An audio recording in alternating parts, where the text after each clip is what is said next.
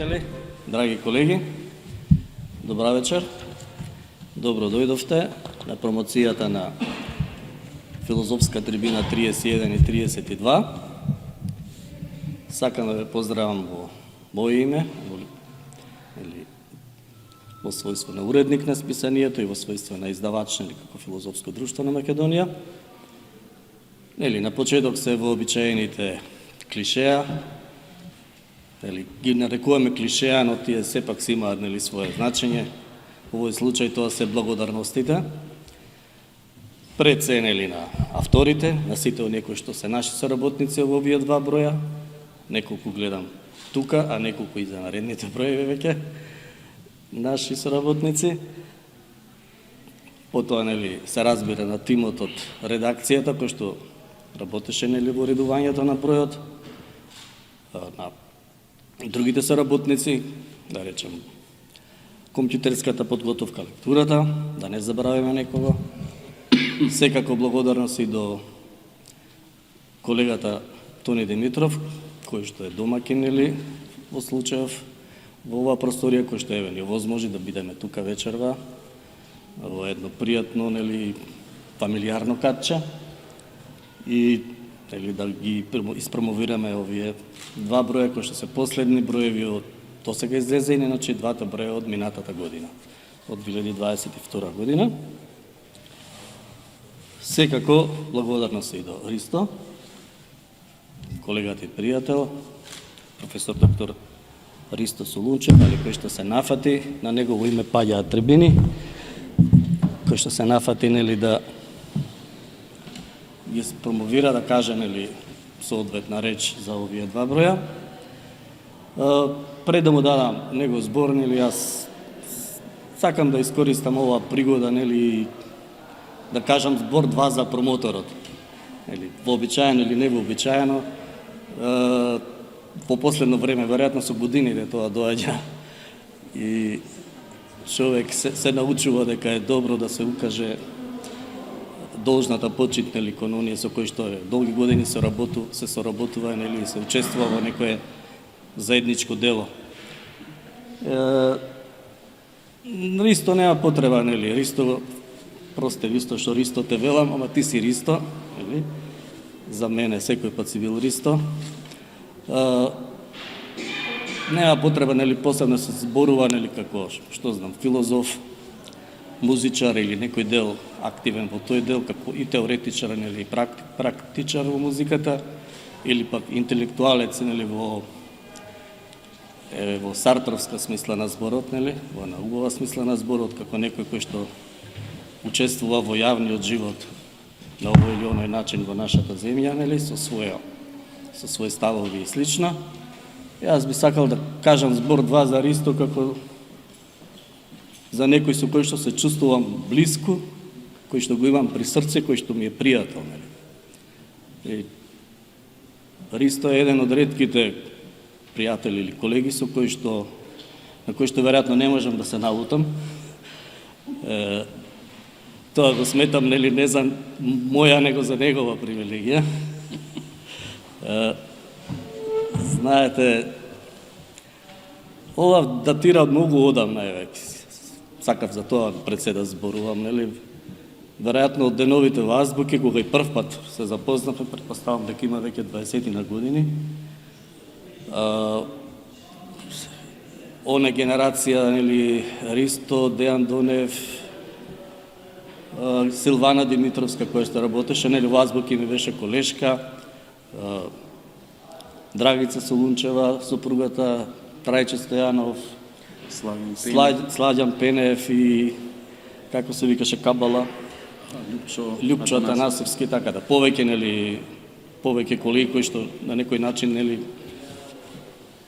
оставија печат, да речеме, во филозофскиот живот во Македонија, барем, ако ништо друго, барем со некои пишани дела, повеќето, и со повеќе од тоа. Така да, бидејќи Силвана ни беше колешка таму, соработувавме во азбуки, во редувањето, на филозофија, но и во другите дела кои што ги издаваше азбуки, во библиотеката филозофија. Така да во тој круг, доаѓаше и Ристо, како, колеги студенти со Силвана и така, тоа беа нашите првични запознавања. Но, еве, не заради тоа што многу се сеќавам, нели, туку затоа што имам добра архива, па можам да ги прегледам старите работи од тоа време, ќе евоцираме мали спомени во однос на тоа. Значи, датумот е 20. октомври 2006 година. Ова не е меморија памчење, него е архива, нели? Тогаш се одржа едно предавање во рамките на едни поширок темат, кој што беше наречен филозофија и религија, филозофска недела посветена на тема филозофија и религија, а тоа беше поврзано со тоа што неколку дена претходно, значи на 11 октомври, беше отворен клуб филозоф, кој некои се сеќаваат во Азбуки, старото Азбуки, нели, кај италијанска амбасада. Така да веќе уште наредната недела се организираа неколку филозофски средби, значи од 17 до 20 октомври. На таа тема што ја спомена, филозофија и религија, зборува Александар Ускоков, нашиот колега кој што е сега во Америка, Виктор Илиевски, нели, кој што е сега во Шпанија, професорот Цуцуловски, Любомир Цуцуловски, не. Го имам тоа и сега ќе ви го покажам, нели, сега како изгледаше. Го ископав и го испринтав. И на 20 октомври Еристо Солунчев со христијанското учење за логосите, естетички импликации. Тоа е првиот настан, јавен настан, кој што не е поврзан со музика, на кој што јас бев присутен, нели, Аристо да зборува, може би меѓу првите негови, не знам, веројатно повеќе знае ако има, нели, некаква архива, но еве, јас се сеќавам дека на целата атмосфера беше просторијата беше преполна и Ристо зборуваше од прилика, ако сте го читале од философијата вчера, нели, од пред 2 години излезе тоа во Аксиома еден компендиум од есеи, македонска музичка епистема. Тоа тука беа идеите во зародиш всушност. Беше поврзување, нели, помеѓу логосната, нели, структура на музиката. Еве, така да кажам, овде се веќе тоа развиени. Јас тогаш првпат, нели, се сретнав со Ристо како некој кој што зборува и тоа ми остави, нели, длабок впечаток во смисла, нели, увидов некаква блискост во пристапот кон третирањето на темите, и, нели, кон она што ме интересира. Блискост во смисла, нели, тогаш сватив дека Ристо е човек на идеи, така би го нарекол тоа, нели, сите кои што го познаваат, нели, колегата Солунчев, знаат дека или имале, нели, привилегија на некој начин да комуницираат со него, знаат дека со него не може да се зборува за безвезни работи, нели, или на безвезен начин. Во суштина, нели, што и да зборувате, ќе допрете до филозофија и тоа трае, нашите разговори ќе почнат, или траат по саат 2. И така да, нели, тоа што тогаш го видов тоа дека што и да се, нели, фати муабет, Ристо беше филозоф. И фала Богу, тој остана и покрај сите стрампатици со музиката што ги имаше, но и тие се поврзани со филозофијата, барем во нас смисла. Вредносно стојалиште. Нели, да. Музиката е стран патица, што ви реков, да. Стран патица во смисла што не е сета енергија насочена кон филозофијата, но е комплементарна во смисла на интересот и во смисла, нели, на, да речеме, таа логосна структура, нели, која што произлегува, нели, од твоето битие, така да го тоа кажам, така да тука нема, нели, конфликт, но тоа го кажав само во смисла, нели, на дообјаснување. Еве, сметав дека тоа треба да се каже, нели, како еден личен печат, нели, кон овој настан. И уште еднаш му се благодарувам на Ристо за добрата волја да биде наш промотор вечерва. Ве оставам на него, јас ќе се повлечам. Да, ти благодарам, Лјупчо. Секојаш ми е вака драго на овакви философски настани, како што е емоција на сето она што философското друштво го прави во Македонија. И сега човек може да биде претерано официјален, но бидејќи овде гледам луѓе што ги знам, што се мои пријатели, нели ми биле и професори, и дел од нив и на некој начин студенти, и луѓе што ги среќам, да кажеме, во оваа духовна сфера низ Македонија и главно низ градов на некои настани.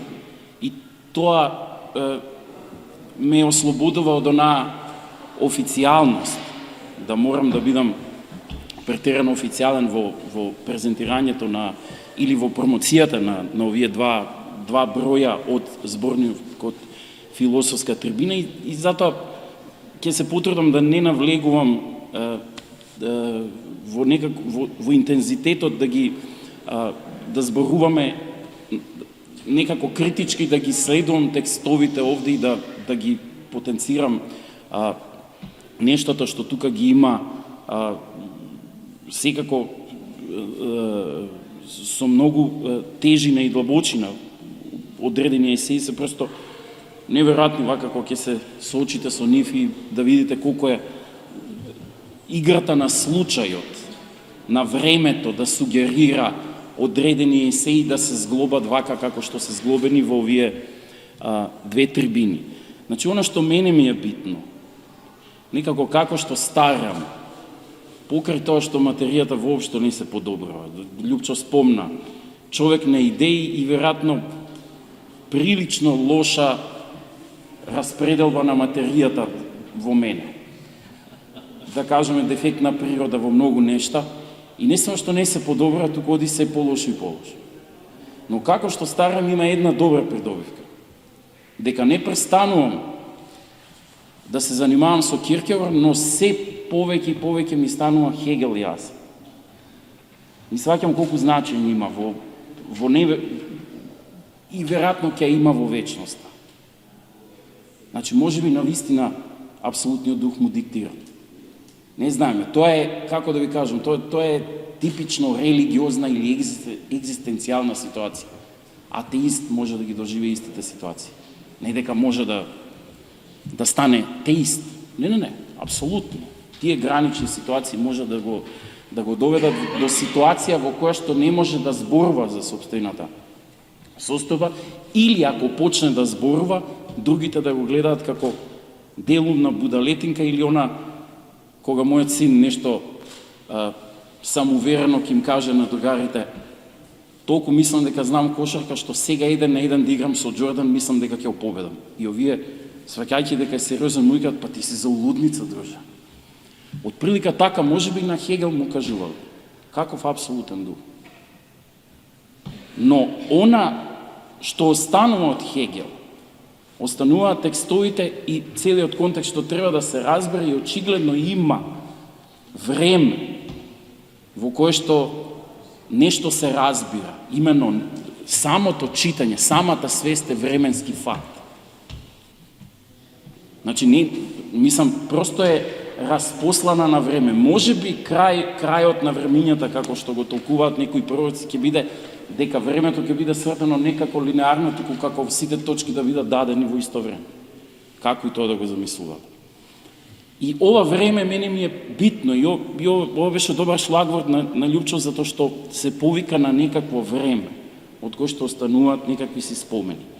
И мене ми се паѓа да зборувам за 31-иот број и за 32-иот. 31-иот произлегува од симпозиумот за философската мисла во Македонија.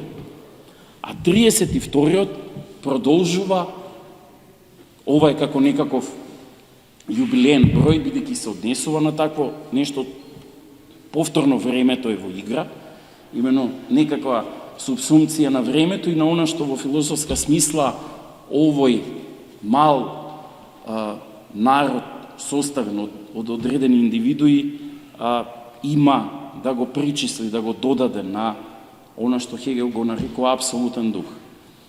И се ова може да се свати како иронија. Дали воопшто вакви народи, случајна игра на универзумот, може да бидат, да учествуваат во апсолутниот дух. Имено ако тргнете од хегелијанска позиција, нема нешто што се случува надвор од историјата и оттаму нема нешто што се случува надвор од апсолутниот дух. Тоа би значило дека наеднаш историјата во еден момент остапува од апсолутниот дух или има битие кое што е вон границите на апсолутниот дух и при тоа апсолутниот дух не мисли воопшто да се заморува со тоа битие. Имено во принцип нема битие што не би требало во перспектива на вечноста на апсолутната процесуалност да влезе во рефлексијата на апсолутниот дух. И оттаму ми се чини дека текстовите што се содржани во овие два броја го покажуваат тој момент на авторефлексија, подзапирање на македонската философија, давање однос кон она што некои пред нас генерацијски го задолжиле и она каде продолжува таа понатаму да се движи. И сугестивна е првиот текст на професор Денко Скаловски за Јонче Јосифовски, имено. Практично е ретроспектива на оние философи главно на катедрата по философија, но не само на нив, туку и на одредени професори кои што биле средношколски професори овде, а при тоа ја задолжиле духовната магма или матрица од која што се раѓале студентите и оделе на факултетите. Тоест на единствениот факултет за философија овде во Скопје. И овде Денко Скаловски ја вади како вовед, како лајт мотив кој што може да го потпре овој вовед што јас сакам сега што го споделив со вас. Значи, тоа е цитат од Јонче Јосифовски. За човекот е најзначајно да го изучи своето минато. Но од друга страна, човекот внесува еден вид забрзување на историјата. Не само на својата, туку и на онаа на светот, бидејќи внесува промени што потекнуваат од него самиот. Кога не може да гради, тој без друго ќе урива. Проблемите што тој ги поставува, не може да ги одмине ни еден философ, ни еден социолог, ни еден политичар, научник, уметник и така натаму. Со еден збор, ни еден културен човек и работник на полето на културата. Не е шега, се работи за тоа, да се биде или не на човештвото во целина. И сега, апсолутно гледате, ова е еден од професорите што се основоположници на катедрата по философија. Во областа и на историјата на философијата, и на социологијата, и на логиката, марксисти, не од оние што биле марксисти заради тоа што такво било времето, туку на вистина сведочеле со својот живот дека се тоа и ништо друго. Сега, овде е баш дофатен односот на објективниот дух, индивидуалниот дух, објективниот дух и апсолутниот дух. Човештвото во целина е онаа самосвест на апсолутниот дух. Но, од друга страна, минатото, сопственото минато, како индивидуа, но и сопственото минато на онаа заедница на која што буквално си се родили, чиј јазик си научил да зборуваш. При тоа не навлегуваме во потеклото. Човек може да потекнува од Бурунди, а при тоа да живее во Финска и да го знае финскиот јазик и да допринесува за тој објективен дух, што просто не можете да го создадете. Имате, и не алудирам само на структурализмот или на овие нови тенденции во кои што субјектот се минимизира. Туку едноставно просто сте родени во одредена даденост. Таа даденост е тој објективен дух. Значи, дали е тоа одредена заедница, културолошки определена, јазично определена, комуницирате со одреден број луѓе, интелектуалци, делите исти ставови. И тоа е тоа минато што треба да се изучи, така што овој број само го во писмена форма го дава она што се случи на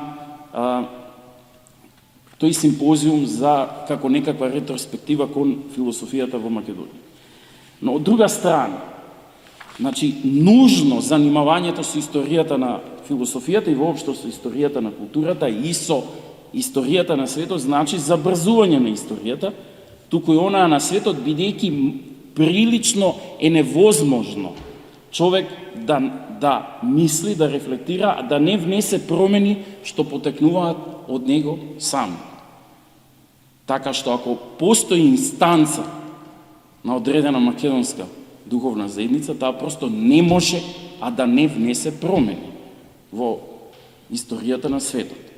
И сега ова може да делува, да, но дали е значи наеднаш проблемот на случајноста е проблем на самосвест која што ја офаќа таа случајност и ја рефлектира и ја подига на друго ниво, и таа одеднаш не е случајност.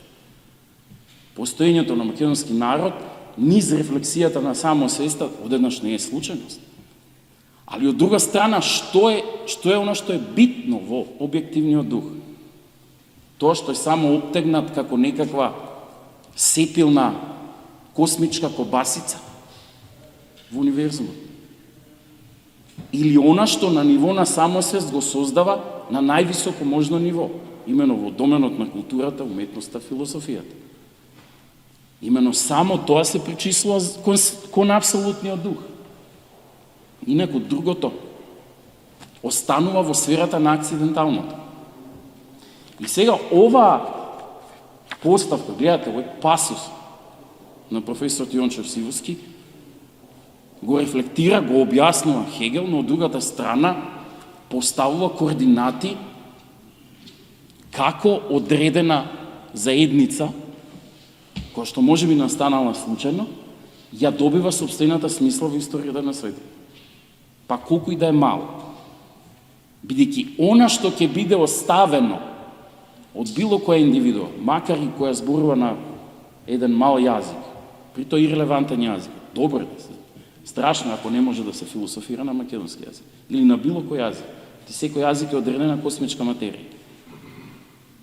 Не може да се философира можеби на идиоми.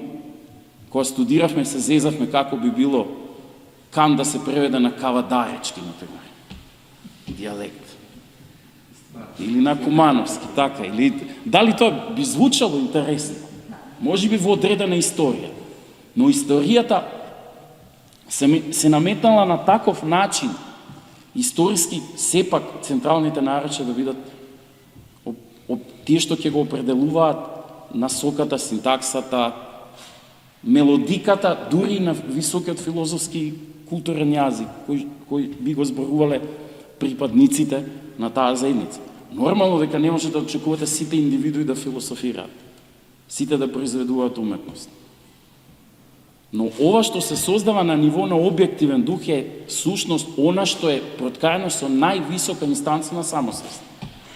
И затоа уметноста, философијата и културата се такви моменти. Не се оние нормални се тие луѓе што треба да произведуваат материјални инстанции на едно општество. Ама кога ќе дојдат професори од ДИФ и кога ќе ви кажат дека целта на факултетот не е да се образуваат интелектуалци, туку само да се произведуваат запчаници за утрешниот пазар на труд, е проблематично. И тоа ви го кажува продекан, проректор за настава на УКИМ. Одма знаете зашто УКИМ се повеќе паѓа на оние лист. Ова е вовед во сето она што овој број го содржи. Затоа што овде тоа се луѓе што биле, што студирале кај овие професори. И затоа сите овие текстови имаат еден личен печат, се однесуваат и на научната и на наставната дејност на конкретниве професори на кои што се однесуваат текстови. Така што целосно збиено е покажано значењето на професор Јонче Јосифовски во сите негови области во кои што се занимавал дофаќање на теми кои што денеска гладко би поминале како клучни во екософијата, биоетиката и екологијата. И она што би можело да се нарече биополитика и биоетика. Тогаш во тоа време не беа епистемите дојдени до тоа ниво да може да се кристализираат како такви. Значи покрај да кажеме покрај овие веќе утврдени филозофски дисциплини. Потоа доаѓа текстот на професорот Мирко Ѓошевски за неговиот професор Митко Илиевски, каде што во една интимна атмосфера провејува таа интимна атмосфера низ целиот број, каде што се покажува неговата личност, таа пристност со студентите, бидејќи сепак се тоа философијата во Македонија главно е врзана за нејзината наставна експозиција. Имено философија се учи само кога го имате тој момент на учител, ученик или учител-студент. Затоа и посебно се истакнувани професор Цидовски и професорката Ѓурчиновска како клучни во таа комуникација каде што на многу во еден спонтанитет и на многу едноставен начин се испреплетуваат пријателството на учителот и ученикот или професорот и студентот. Барем ние како студенти на философија го имавме тоа чувство. И е истакната исклучителната студија на професорот Милко Илиевски за дефиницијата. Не знам дали постојат многу книги во светот кои што се насочени само за проблемот на дефиницијата, и тука на вистина човек може да се утврди во знаењето на дефиницијата и секогаш клучната инстанца на аплицирање на философијата на праксата, која што била клучна за овие професори кои што припаѓале што биле од таа марксистичка провениенција. Потоа следи текстот на професорот Иван Джепаровски за професорот Старделов, како стожер на македонската философија и естетика, значи во кој што низ една историска ретроспектива е покажано колку книги има напишано, значењето негово за Ману, значењето за неколку томна историја на културата на територијата на Македонија и последното негово дело, што веројатно едва ќе го чекаме да излезе, имено капиталната негова книга на философија на македонската култура. Делото на кое што професор Старделов работел до последните дни на својот живот. И воопшто неговото значење за целата култура на Македонија, поготово со негови студии во објаснувањето на такви феномени како Блаже Коневски, Славко Јаневски, Ацо Шопов, Анте Поповски, значи целата таа идеја воопшто изблигнување на објективниот дух во рамки на поезија.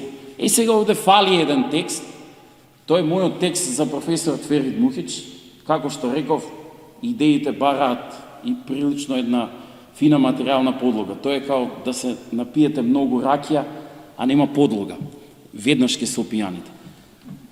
Тоа е проблемот. Сега, би можел да се критикувам себе си, ама тоа би значило да си дам некое значење што воопшто не го заслужувам, бидејќи ако нешто се критикува, треба да има минимум однос кон тоа што се критикува, имено да му се признае одредена вредност на тоа што се критикува. Во овој случај нема што вредно во мојата постапка да не го приложам тој текст за професор Ферид Мухич, така што оваа трибина фали професор Ферид Мухич и за тоа сум јас виновен и ги преземам целосната одговорност. Веројатно во некој друг текст на философската трибина треба и тоа да излезе.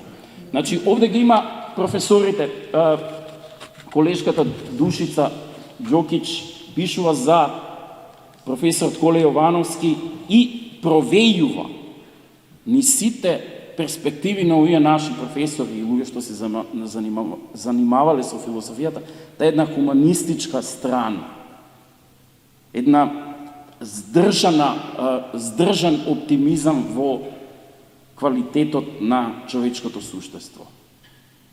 Без никаков песимизам. Па дури кај еден професор Цуцуловски, кај што песимизмот е дел од неговиот философски хабитус и идентитет. Значи, овде провејува тоа, бидејќи самиот професор Коле Јовановски беше посветен на философската антропологија и од него е извлечен, би можел да го извлечам ставот дека човекот тој повеќе од она што е. Именно тоа е метаантропологија, а тоа значи дека не е само она што сега е, именно антрополошки.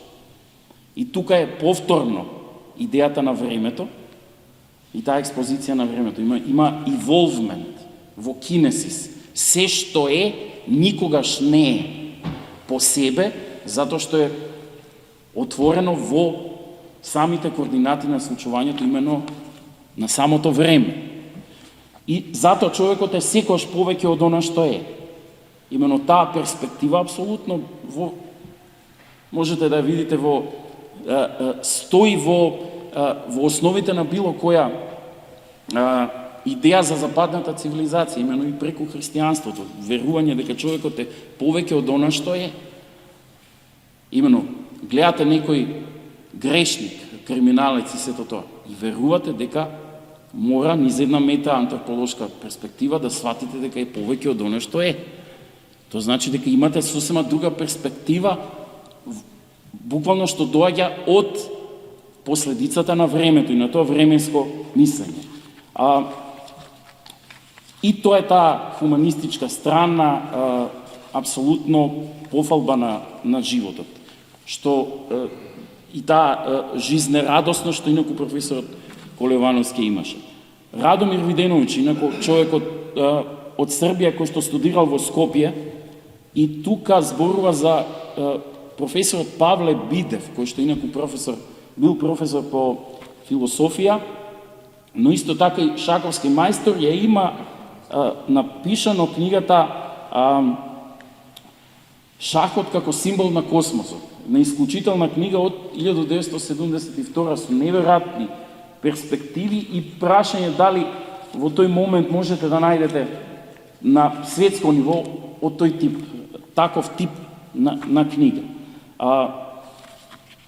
Тука е и од колегата Слободан Беличански за интелектуалниот подвиг на професорот Лазар Кескинов, инаку исто професор во гимназија, кој што од своите скрипти се имаат склопено одредени книги, поготово една историја на философија, која што јас не сум ја сретнал кај нас на факултет, не знам, би требало да ја има.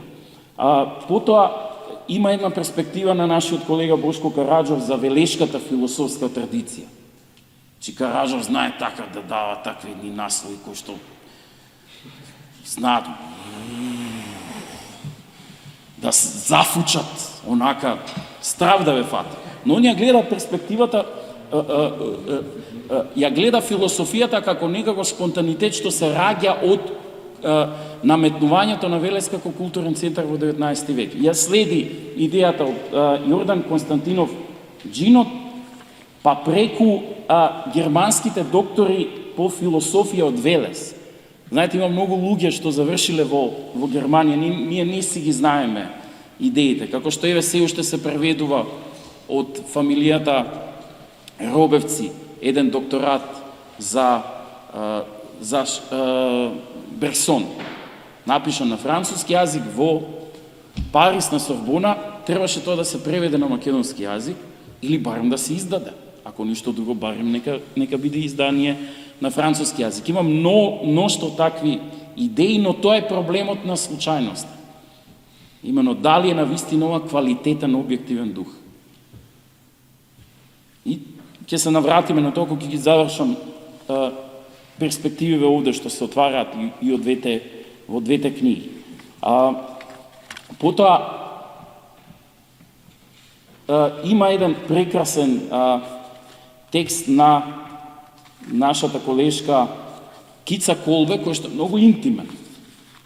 Кица има одличен стил на пишување, низ тој еден наративно-есеистички, како станав философина од Скопската филозофска естетичка школа, кај што ги опишува моментите како се студирало, како се комуницирало на философија, како се раѓала љубовта кон философијата, естетичката лабораторија, комуникацијата со Павел Вук Павлович, Старделов како асистент. Значи, имате перспективата на времето, како Старделов како асистент во моментот кога е антрополошки асистент по философија, е многу повеќе од она што е метаантрополошки.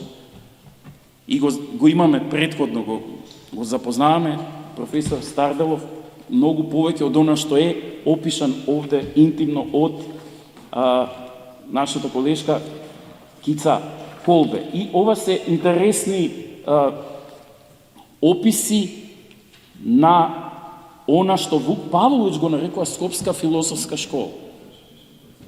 Значи, тоа е идејата. Дали прашањето постои, не постои. Ако постои, кои се одредени карактеристики? Значи, не може да се провери хемиски состав на Скопската философска школа, али мора да има некакви карактеристики. Пошто можете да кажете дека нешто постои или не постои. Овде Кица ги опишува тие моменти. Поготово, главно, философите од Франкфуртската школа имаа големо влијание во тоа физиономирање на именно таа естетичка лабораторија произлези македонскиот младинскиот отворен театар. Така што е многу битна, еве колку философијата може да се играле представи на факултетот во тоа време. Како што во моје време јас ги сретнав студентите кои што почнаа со обична презентација на филмови, тоа заврши како еден од најбитните на светско ниво философски филмски фестивали. Значи, почнува од една таква иницијатива на студенти. Се сеќам професор Мирко Ѓошевски секогаш инсистираше дека катедрата не треба да само се одржуваат предавања, туку треба да биде центар на одреден студентски културен живот и на постојани дискусии. Но ете, тоа, како да кажам, постои во идејата, али материјата некако пружа отпор, по инерција, нема во неа штоф и мог да ја реализира идејата. Значи, тоа е нешто што во светот и во овие координати на битието многу често се случува. Од субстанцијалната можност да предете во акциденталната стварност. Тука, на нашите помлади колешки, исклучителни текстови, значи, од колешката Јасмина има еден неверојатно добар историски текст за курсевите по историја на философија, значи во перспектива на катедрата по философија, кај што можете да видите многу клучни историски моменти и потоа поглед кон философските текстови од годишниот зборник на философскиот факултет. Значи, тој годишен зборник од целиот философски факултет приложувал текстови и овде се прави една ретроспектива на овие текстови и прилози што философите од катедрата по философија ги приложувале во овие годишни зборници. Секогаш философските трибини имаат исклучителни текстови од помлади колеги и затоа е гениалноста во философската трибина, во овие зборници е настанот што отвара простор, настанот на новите генерации философи што завршуваат не само на катедрата по философија, бидејќи и на друга катедра можете да завршите, да имате, да сте философ по вокација, да не сте само by training, што викаат англичаните, тоа е ужасно. Јас во последно време ви велам со Хегел и со тоа како ми слабе видот и се поред, саѓам дека и тоа by training не е нешто лошо, бидејќи е сепак ве фаќа на кондиција, сепак тренирате со тоа што студирате, што сте посветени 4 или 5 години на философија, а секогаш видите, па добро, може да се чита философија и независно тоа. Да, ама тоа слободно време ве одвлекува на различни страни, вака ве го држи вашиот фокус на студирањето. Тоа е веројатно англичаните подразбираат под она тренинг. Се тренирам во философија. Тоа не значи дека Ниче, еден од најголемите философи, нема завршено философија. Тука се текстовите на Александар Симоновски, проповед и вера, демитологизацијата на Новиот Завет на Рудолф Бултман. Значи, интересно, испитување на Карл Барт, Пол Тилих, едни од, како да кажам, едни од моите најинтересни протестантски философи теолози, значи посовремени, ако го сепак Киркегор, ако не го форсираме да биде протестантски теолог, туку да го оставиме така разсредиштен помеѓу теологијата, поезијата и философијата. Ова се едни од најинтересните современи мислители или да кажам, во текот на 20-тиот век. И Симоновски овде прави исклучителни толкувања на овој пристап на Бултман, поврзаноста со Хајдегер, значи неверојатни, просто интересни моменти за мене читајќи го ова, што само покажува дека можеби проблемот на секој квалитет на објективниот дух е во тоа што не се читаме едни со други. Во многу исклучителни текстови, поготово во второ списание, не можете да најдете воопшто македонски извор. Значи нема расправа со македонски извор. Тоа значи или си сметаш дека припаѓаш на некој племе што не знае да мисли и не кажало ништо, или мислиш дека во исто време тоа племе е толку ниско да ти како индивидуа стоиш несомнено многу повисоко од се што е направено и затоа немаш потреба да цитираш било што некој напишал за истата тема, туку мислиш ако цитираш англиска литература дека тој текст добива на поголема тежина. Значи тоа се дилеми што јас на себе имам потреба да си ги одговорам. Од и себе си се ставам во тоа, не се изземам. Во овој случај не сум како професор Колевановски, немам мета перспектива. Туку се ставам како дел од тој објективен дух. Значи, очигледно ни се случува тоа. И на крај доаѓа од Пантелеј Михајлович Кондратјук, значи, тој е, да кажеме, на теолошкиот факултет ми се чини дека во Трново, докторант на на философскиот факултет при Универзитетот Свети Кирил и Методи во Велико Трново, Бугарија. И тука пишува за еврејскиот мистицизам како трансцендентна врска помеѓу светот на Сим и светот на Јафет. Значи, не сум изверзиран за воопшто да ми далечно ми е.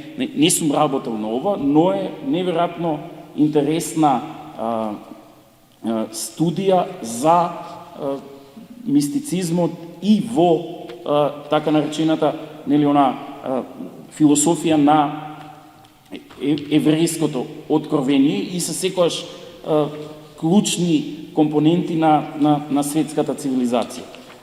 Тука ја има секогаш студентските текстови, значи обично овде ги има текстовите на луѓе што дипломирале. Нивните дипломски. И овде има фантастични 3 текста кои што се однесуваат на логиката. Дипломски можете да видите нивото на нашите студенти кои дипломира. Значи се е транспарентно. Кај нас секогаш било отворено, не било затворено. Буквално предавањата биле отворени дипломските, за разлика од другите катедри кои што има сериозен проблем. Забрануваат, треба да прашате, нека нас е сето тоа отворено. Нема човек што да се плаши, нема потреба да инсталираат, да снимаат и сето тоа, све е транспарентно, кој што сака може да дојде. Веројатно било и така и за време на професорите, веројатно праќале некои шпиони да го шпионираат Павел Вук Павлович, дали збори против Маркс, и за тоа дали политичката економија е за на философија или треба да биде на економски, значи, веројатно тоа се случувало и никој немал никаков проблем, затоа што тоа биле луѓе со интегритет и не се плашале од тоа, кога ќе го кажат, затоа што тргале од тоа дека дури и во структурирани општества, сепак достоинството на човекот стои и ја трансцендира цензурата. Не се повинува на неа, туку ја буквално игнорира, сопостои со неа. Веројатно тргале од тоа. И секогаш овие исклучителни студентски текстови, например на Никола Ристерски, Беркли, Декар и третата точка на замислениот триаголник. Значи, имам таа задоволство и чест да се дружам со Никола, нели, на предавањата и на факултетот, и има неверојатни идеи кои што сака да ги работи, и овде можете да видите како се вклучени емпиризмот и рационализмот во расправа во однос на математички инстанции потоа логиката, априорите и притоа во позадина секој се осеќа таа идеја и потреба да се зборува за времето. Значи ќе видиме што од Никола понатаму ќе произлезе. Значи јас очекувам многу добри работи. Според она што го читам, нели како професор кој што ги чита есеите на студентите, едва чекам да видам што ќе се случи понатаму. Значи тоа е еволуцијата на времето. Ништо не е она што е. Али она што србите викаат махни српом да ти видим руку.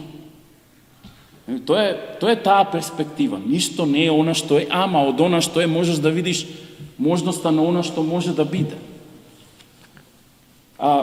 Тука има од Марија Велинова последен текст. Тука само да не сгрешам, ученичка во Славчо Стојменски Штип, исклучителни текстови за уметноста, незината врска со философијата, тези например, доста суверено се разгледуваат тези на Нелсон Гудман, например, околу уметноста, дали уметноста е всушност платонистички копија на некако вистински свет или светот што го создава уметноста е повистински од светот што условно реферира или го копира, значи исклучителни текстови. И на крај секогаш ги имате преглед на философските настани. Тоа е така во секој зборник. Значи приоѓам кон 32-иот број, значи ова е односот кон минатото и во минатото се селектира што е внесено од нас самите, тој објективен дух кој што очигледно постои. Киркеов не сум сигурен дека се обидувал да го негира. Сметал дека не може да исцрпи целосно индивидуата, дека индивидуата има наследи од тој објективен дух. Не сум сигурен дека некојаш бил спремен да го негира тоа, туку напротив да го потврди. И тој и сите други философи произлегуваат од читањето на Хегел и фаќањето кашелак на Хегел.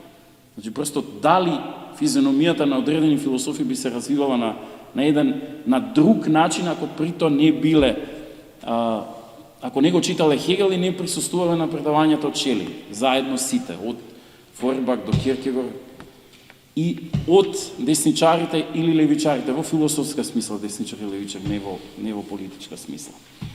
Значи, и овде можете да видите, ова е во однос на нашето минато. И ова е баш 32-иот број ги покажува тие актуелни случувања, мено што ние приложуваме. Значи, од текстот на професор Иван Джапаровски кон еден планетарен хуманизам. Значи, тоа е од типот на Караджов текстот. Кога ќе чуете планетарен хуманизам, утопии, верба, 21 век ќе биде векот, така викали за 20 век, па најголемите зла, убиства, холокаусти и најмногу луѓе побиени и убиени во тие војни, него целата историја на човек. Значи, но професорот Иван Джапаровски баш ги разгледува тие нови текстови на Пол Курц и на Костас Акселос за планетарно мислење, затоа што и тој и новиот секуларен хуманизам на Пол Курц. И тоа се интересни текстови, секој завршува професорот Иван со играта, бидејќи Акселос говори за тоа дека самиот свет игра. Значи, тоа се современи текови во философијата и човек кога го читава дело може да влезе во идејата и да се утврди земајки литература кој што професорот ја насочува. Потоа има исклучителни текстови, секогаш се исклучителни текстовите на колешката Марија Тодоровска, која што ми се чини дека магистрираше за Аристотел. Но во подоцнежните години, ете тоа, гледате, никош секојаш времето на битието покажува можност никогаш нешто да не биде она што е. Туку преоѓа во неверојатно длабоки текстови за постмодернизмот и за постмодерните постструктуралистички авторство. Неверојатни се текстови. Значи, разбирање на јонака многу конфузната француска философска школа од постмодернизмот, бидејќи понекогаш ще инсистираат на конфузијата како дел од самиот проблем. Тоа е наследството на Хајдегер во француската философија. И ова е за Жан-Лук Нанси, имено за идејата за смислата и незината врска со светот. Значи, тоа е неверојатно овде таа наеднаш изгубената смисла на историјата, заедницата, вистината или философските конгломерати кои изгубија насока, значења, не може да се очекуваат нови значења. И дека човекот, субјектот немаат повеќе што да кажат, но дека е важно само начинот на кој кажуваат. Имено ова се констатации на Нанси, кои што укажува дека се конечни структурализмот и феноменологијата и секоја друга философија на соодветноста и бара се да се растори во таа отвореност. Имено смислата се задобива во таа отвореност. Тоа се сериозно посветени текстови, но за жал секогаш во овие текстови јас не можам да најдам, имам чувство дека во Македонија никој не пишал за постмодерната. И плюс има само англиска литература. Значи, мојот колега Трачи Стојанов пишуваше за Нанси. Али колешката никогаш нема потреба да реферира на тоа. Како што јас не сум реферирал на незините текстови. Се обратно, секогаш го поставувам. Чекај, во моите книги за постмодерната реферирам на текстовите на Тодоровски? Не. Што значи дека јас го епитомизирам моментниот квалитет на објективниот дух на оваа заедница. Како што тоа го прави колешката. И сите овде. Значи имаме сериозен проблем. Не е тоа константа. Значи тук таму се гледа, инсистираат професорите па во текстовите што се од како да кажем, од тие што дипломираат, обавезно има нели колешката Ана, професор Иван Джапаровски, мораш да реферираш на тоа што е напишано овде. Значи, реферираш на тоа што е напишано во светот, нели човек што не чита, што не знае, мисли дека пишува некоја оригинална идеја, а при тоа таа веќе напишано. Мислам, тоа не е страшно, и Беркли пишувал за некои идеи кои што претходно се покажува дека 7 века претходно ги имало кај Григори Ниски. Но Беркли не можел да чита. Сега човек навистина може да чита. За било кој проблем да стави на интернет, излезе све што сегде се пишува. И во Германија, и во Русија, и во Франција може апсолутно да знае кај да се позиционира. Али за еден објективен дух, имено не влегувате во апсолутниот дух, имено екзистенцијално влегувате во апсолутниот дух киркегоријански. Затоа што таму има екзистенцијални категории, очајување. Во поглед на дискурс и расправа, немате екзистенцијално влегување во апсолутниот дух, и туку имате преку објективниот дух. А објективниот дух се однесува на одредена заедница, па макар и да била составена од 1,5 милион народ, па и без разлика на тоа што и да мислите за тој народ. И лошо и добро.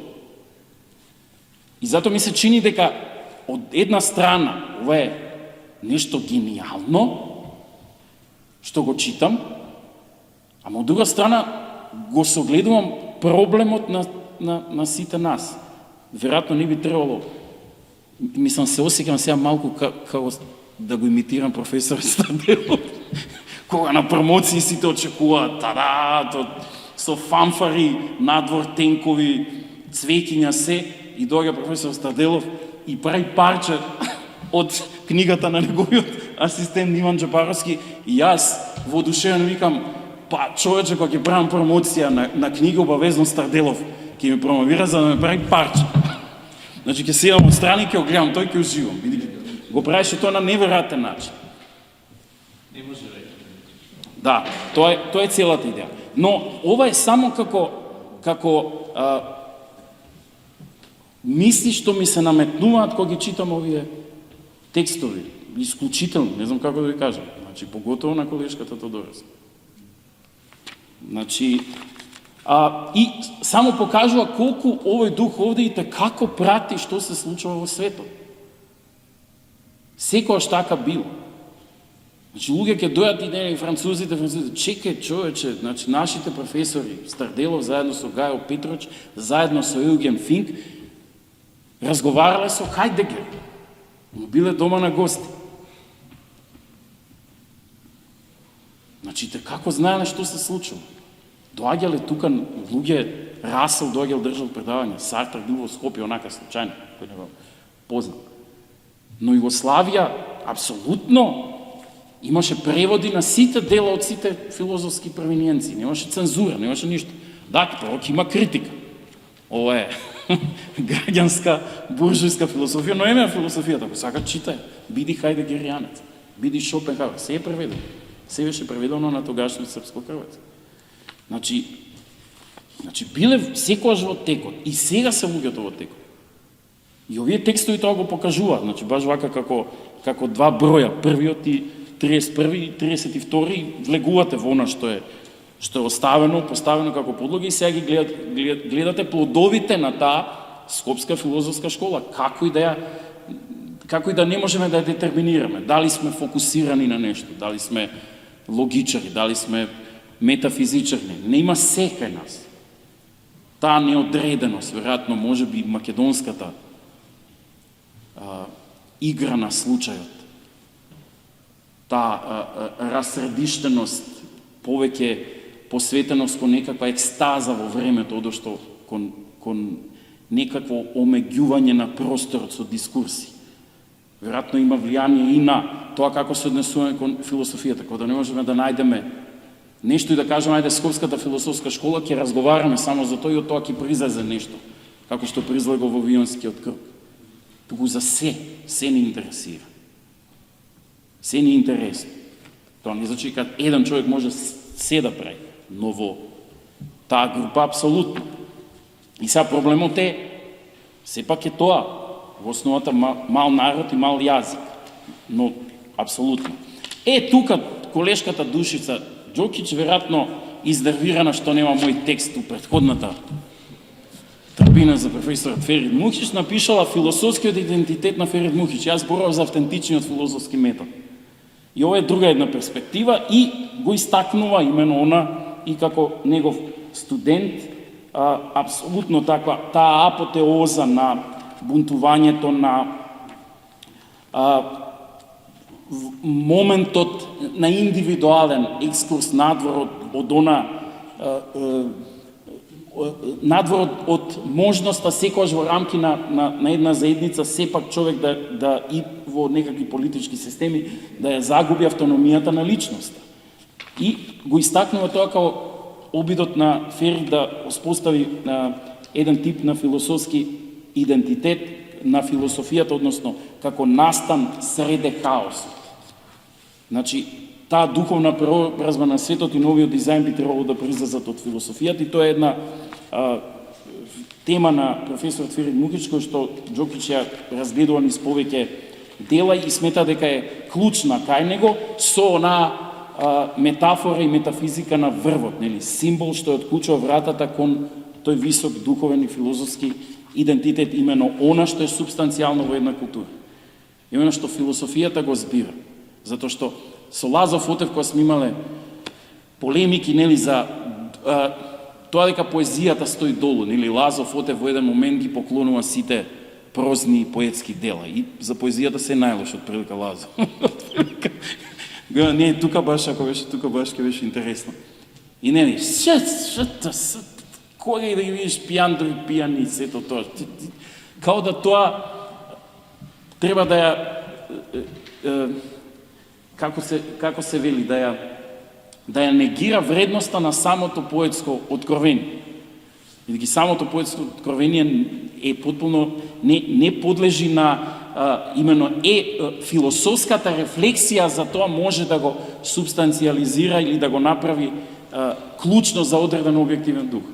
И некој во моментот кога се случува, тоа е екстаза баш во времето. Именно поезијата всушност е највисока форма на битието на одреден јазик. Именно јазикот стреми кон тоа најсовршено да се изрази во поезија. И затоа, како што сум тврдел и во неколку наврати, знаењето и познавањето на еден јазик е ако разбирате поезијата на тој јазик што е пишувано. Најсложено. На англиски јазик или на било кој друг јазик. И тоа кога прв го кажувал со македонскиот јазик, кога на колеги бугари кои што тврде па тоа е дијалект на бугарскиот, вика ќе им дадам поезија, нели, на македонскиот литературен јазик, ништо не разбира. Но тоа е знаењето на одреден јазик. Човек мисли дека знае англиски, зема да чита поезија на англиски, каже, што бе, ништо не разбирам, па ја вака стам да се... А од друга страна, има и други ситуации, кога студирате некоја област или философија, може да ви се случи да го разбирате Хегела во автобус, да не знаете да се разберете нормален муабет на германски јазик. Имено, нашиот професор Сакањас тоа му си има случајно. Следи нормално Бошко Караджов со повторно. Значи тоа ми си има карактер Бошко. Значи одма знаете дека тоа текст на Бошко, нели? Демонополизација на државата, безбедноста и слободата во минархистичкото општество. Имено Бошко Караджов клони кон тој либертијанизам и кон некаков анархокапитализам. Јас се уште имам проблем да го сварам тоа анархокапитализам. Мене некако не ми иде анархизмот со капитализмот, но ова се одлични аргументи. Имено тука ја испитува студијата Анархија, држава и утопија на американскиот философ Роберт Нозик од 1974, значи една исклучителна студија кај што можете да видите тој премин од анархизам кон приватни и договорни безбедностни системи на кои што од тие приватни, значи таа утописка свест дека кога би настанувало едно општество, самиот капитал, собственост ќе создаде идеја за безбедност. Повеќе приватни агенции за безбедност на крај се стопуваат во државата која што само треба да обезбеди безбедност. Значи, никој да не ве малтретира, да можете да бидете слободни и тоа е таа идеја на што помалку држава. Значи, чисто либертаријанска идеја и е одлично прикажана.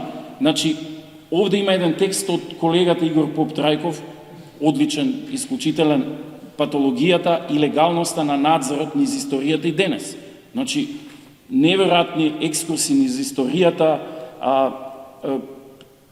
укажување на една структуралистички момент, дека всушност воопшто не сме еволуирали во однос на претходниот човек, дека имаш потреба да се надзираме едни со други и да се контролираме.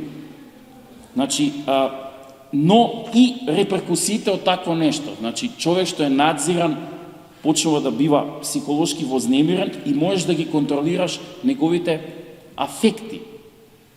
Значи, разумот човек не може да го контролира, може да ги контролира афектите, просто да ги насочувате.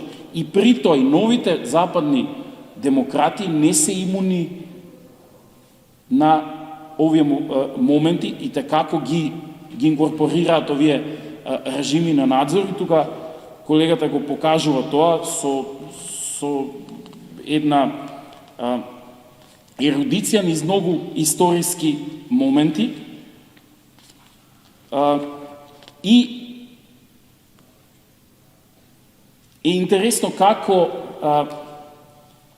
добро, овде има и некои моменти кои што ми се претерано онака на моменти jumping into conclusion, но текстот е исклучителен и човек кој ќе го види ова буквално има една неверојатна идеја за тоа што представува надзорот и историски како се сгуснал на сцената и просто ние не можеме да ги замислиме општеството без контрола и без надзор. И тоа е тој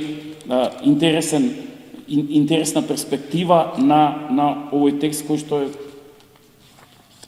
одличен за поставениот проблем. После седат овие три текста на Фросина Ѓоревска, Аристотеловата теорија за спротивставеноста на асерторичките и на модалните искази, што само ме радува, што логиката е секогаш во фокус на студентите. Јас дури сметам дека треба да има една првата година на катедрата по философија да се учи само логика, значи тоа да биде нулта година, значи се запиша философија, сега нема кај да бегаш пила.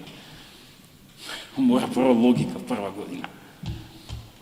Значи, онака жестоко, кон архитектонски факултет, од 8 саат са бајле до 4 попладне. Математика и логика само. И после прва година одиме, ќе биде подобро, све ќе биде подобро. Не ги тешиш со прва година. Ова е нулта година, пропедевтика. И ова само ме радува, значи прво е овој текст за Аристотел, буквално една перспектива онака на неговите логички списи и на неговото значење, буквално е тука цитиран Кант, дека всушност ниту напред, барем до Кантово време, ниту напред, ниту назад сме се поместили од Аристотел, што само укажува на тоа дека можеби технологијата се менува и еволуира на вистина. На вистина сега гледаме на подобар телевизор од оној пред 30 години. Али дали нашиот ум субстанцијално е подобар од умот на Платон? Инаку би требало чисто аксиомски да се постави дека нужно она што доаѓа после подобро од она што е пред, али тоа не е докажано. Поставка, за да може да излечеш силогистички дека тоа така нужно би било. Во однос на технологијата, да. Но кога да се чини дека таа еволуира. А дали човечкиот ум на ниво на мисла, не дека има повеќе информации и дека може да постави нова философема, различна од Платон, па да му се, нели, техничката изведба на Платон, иако тоа Парменид, упатувам на луѓе да го читаат Парменид. Може едно од најтешките книги, философски напишана. Потоа следи Антонио Пановски, исто, дипломска, принципот на верификација како критериум на значењето во философијата на логичкиот позитивизам, чиста една перспектива да можете да видите како и нивото на дипломските, но и начинот на кој што се пристапува кон одредени правци во логиката, потоа има нели од логиката и пошироко домен на епистемологијата и философијата на наука. Од Кристина Петковска исто, прагматистичката теорија за вистината во учењето на Чарлс Сандерс Пирс. Значи, еден исто добар текст за овие логички проблеми и епистемолошки. А потоа еден интересен текст на Јасна Котеска, тој мрачен предмет на желбата, психоаналитички поглед врз светот на Бунјуел. Значи, филмот Тој мрачен предмет на желбата, тука има едни исклучителни идеи за Луис Бунјуел, имено оној типичен надреалистички контекст, што секогаш го имам во вид. Имено Бунјуел, најславните изјави на Бунјуел, веројатно знаете, се уште сум атеист, фала му на Бога за тоа.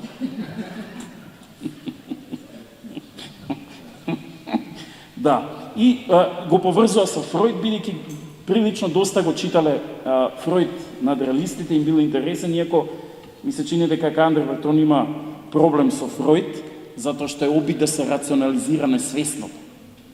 Значи, тоа е повторно враќање назад, бегате од свесното во еден чист, спонтан автоматизам на мислата и наеднаш Фројд, тоа што е чисто, несвесно сега ќе вратиме, ќе го облечеме во рационалност, во шеми, и ми се чини дека тука е можеби таа разлика или несогласноста на Дали и Бунјуел со овие француски надреалисти, не само заради тоа што Дали го симпатизирал Франко, ми се чини. И тука доста го шиканираат овие францускиве надреалисти. Потоа има еден исклучителен текст во превод на колегата Владимир Ѓурич, кој што има работено со Филип Жозеф Салазар, една исклучително интересна текст за Марксовата слобода или реторичка локсодрома кон неговите тези за Фойербах. Имено следење на реторичка форма од не идете по права линија за летање, туку ја следите кривата на земјата, под постојан агол, и тука е најинтересно бидејќи овозможува повеќе време за летање. Значи, се споредува како интервенирал Енгелс во текстот на Маркс. Имено, како Маркс, од еден револуционерен мислител, кој што се залагал за револуција сега и веднаш, од Енгелс со промена на некои зборови, тука ги има неверојатно добро од човечки, лиричен и емотивен епитет револуционерен, преоѓа на опредметен праксис како некаков тип да се избегне. Енгелс, како што вели автор, ги третира тезите како филозофски праксис во тек. Значи неостварени и се уште премногу длабоко егоистични, потопени во човечката самопромена. И на тој начин она човечкото во Маркс е замолчено, а Марксовиот ракопис зауздан и скротен, цензуриран, со цел да се избегне секој обвинување или навестување на идеализам. Сталинизмот, според авторот, е веќе на дело во овие навидум безопасни попрачувања што ги прави Енгелс. И ова е исклучителен текст. И на некој начин, значи, во револуцијата вие ризикувате. Во постепената промена вие секогаш имате алиби за неостварената промена. Значи, ги тешите луѓето. Лошо е, ама ова трае 150 години. Ќе трае социјализмот 150 години, после 150 години ќе дое. Нели? Тоа е всушност германската идеологија која што влегува според авторот. Значи, затоа е неверојатно исклучителен текст, преводот на Владимир одличен, бидејќи цитирам професорот Ѓорѓе Младеновски, не дола да трае до немајкаде, нели, до длабоко во ноќта. Тука има еден текст, превод од Айрис Мердок против сувата литература, интересен текст за како почнува да се нарушува квалитетниот роман, бидејќи ги губи овие константи. Има студентски текстови, значи на Андре Лазарски, поезија како атараксија, поставување на скептичкото етичко како цел на современото метапоетичко, интересна студија за современите македонски поети. Значи тоа е еден континуитет, значи тоа е тоа. Поезијата се пишува и одеднаш философската рефлексија го враќа тоа во некаков тип му дава друга форма на оној екстасис во поезијата. И прилично скептицизмот во поезијата како категорија. Потоа го има поместен е текстот на Ксенија Манот, имено текстот што е награден, Правдата, гневот и предрасудите, како да се суди непристрасно, имено ова се оние философски есеи кои што се пишуваат при гледањето на филмот, во овој случај се однесува на филмот на Сидни Ламет, 12 дневни луѓе, интересен есеј. Потоа тука ги имате кон романот Путување утајан од Ферид Мукич од колешката Ана Димишковска, каде што се дава прилог кон овој роман. Потоа следи кон книгата Менци од Александар Стаматов, превод на Игор Радев. Во оваа иста институција имаше промоција на оваа книга од кинеската философија. Потоа, на моја радост, нели, Боби Бадарски има кон книгата Политички говори, јавни настапи, облици на комуникативно действување во јавните настапи на политичарите од Магдалена Стојмановиќ, која што беше наша студентка, имено и социологија има завршено и философија, и ме радува што ете Магдалена пишувала книги, понатаму следат повторно оние промоции на книги, што се случувало, бла, бла, бла. Има од философски настани или настани поврзани со философијата и главно повеќе место на крај оставено на философскиот филмски фестивал како едно прилично силно, да кажам, силен настан кој што од клупите на библиотеката во момент тогаш ми се чини јасна преминот од асистент кон доцент, тогаш почна да се случува тоа. Значи, имаше дури најави од Владо Цветановски, Бог да го прости, дека треба студентите по режија и глума, заедно со студентите по философија да гледаат филмови, и му се бендисуваше идејата и таман тогаш се случи, тогаш почина Владо, па не можевме тоа да го оствариме, со мене зборуваше. Па јас тука со колешките Јасмина Поповска и Дишлиевска, значи тие го почнаа сето тоа и ете, од такво нешто локално преоѓа во објективен дух и се населува во апсолутниот дух, така што сега може да се види дека Философскиот филмски фестивал е еден фестивал кој што се мапира во центарот на светските случувања. И тоа само го покажува како модел идејата воопшто на било што друго што може да се прави, бидејќи не паѓа ништо од небо. Туку настанува локално и условено од некакви преддадености. Кога почнеш да го рефлектираш тоа, нужно внесуваш нешто свое. Имено тоа се внесува нешто свое. Инаку, ниедна индивидуа не измислува јазик. Ниту говорен, ниту уметнички, ниту музички. Туку секоја се селува во одредена пукнатина, што одредена конгломерација на одредени настани се збиле и резултирале со некаква форма во која што ние се населуваме. Рефлектирајќи го тоа објективно, веќе вршиме интервенција во текстот. Таа интервенција повторно со други интервенции го продолжува дејството на објективниот дух и се мапира на ниво на апсолутниот дух или на ниво на човештво. И при тоа е потполно ирелевантно дали се работи за робски народ или мал народ. На крајот од криштата целиот 20 век е всушност опреден од музиката на робовите. Таа толку возбудлива музика. Што би рекол Бил Бър, ако црнците беа слободни, веројатно ќе произведува авиони и музиката ќе им беше очајна. Како што е на белците, нели? Они правеа авиони, патува, овие беа таа толку убава музика натопена со страдање и со болка. И копнеш за убавина и за слобода. Тоа е таа убава музика. Значи, и тоа е објективната, рефлексија на објективното. И така тоа станува после универзално. Освен ако го немате Кierkegaard директно, екзистенцијалните моменти, тоа е другиот пристап кон апсолутот. Тоа не значи дека нужно мора да се негира. Во моментот кога Кierkegaard се јавува, он фаќа каршила со Хегел, но подоцна апсолутно Хегеловиот модел може да функционира и понатаму. Тоа се два сегменти на влегувањето во апсолутот. Едниот е екзистенцијален со очајувањето, другиот е низ објективниот дух. Дали може да се помира, тоа е прашање отворено. Кierkegaardiјанската позиција кажува не, хегелијанската кажува да.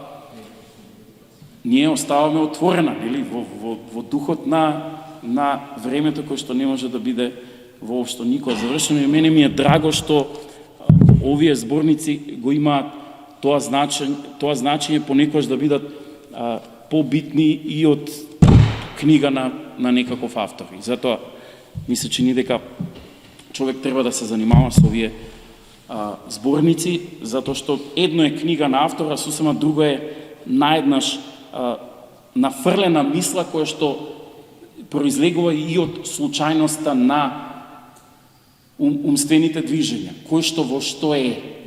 Некој се занимава со Нанси, другиот се занимава со некаков логички проблем. И наеднаш таа збиеност на философијата го возбудува вашиот дух да тргнете кон некакво истражување, имено да го рефлектирате ова и да се населувате повторно во пукнатините кои што се овозможени од овие текстови. Она што брат ми секогаш имал проблем, читал 15 книги одеднаш. Значи, ќе влезете кај него соба и гледате отворени 15 книги со Марк Хесел, имаше таков проблем. Има некои луѓе, ќе земе книга и не спие 3 дена и ќе прочита. За разлика, тој брат ми така читаше, значи он би бил идеален читач на овие зборници, по 20 страни, тексти наеднаш. Ја подложувате мислата, сопствената мисла на насилство од нафрлени дискурси и текстови.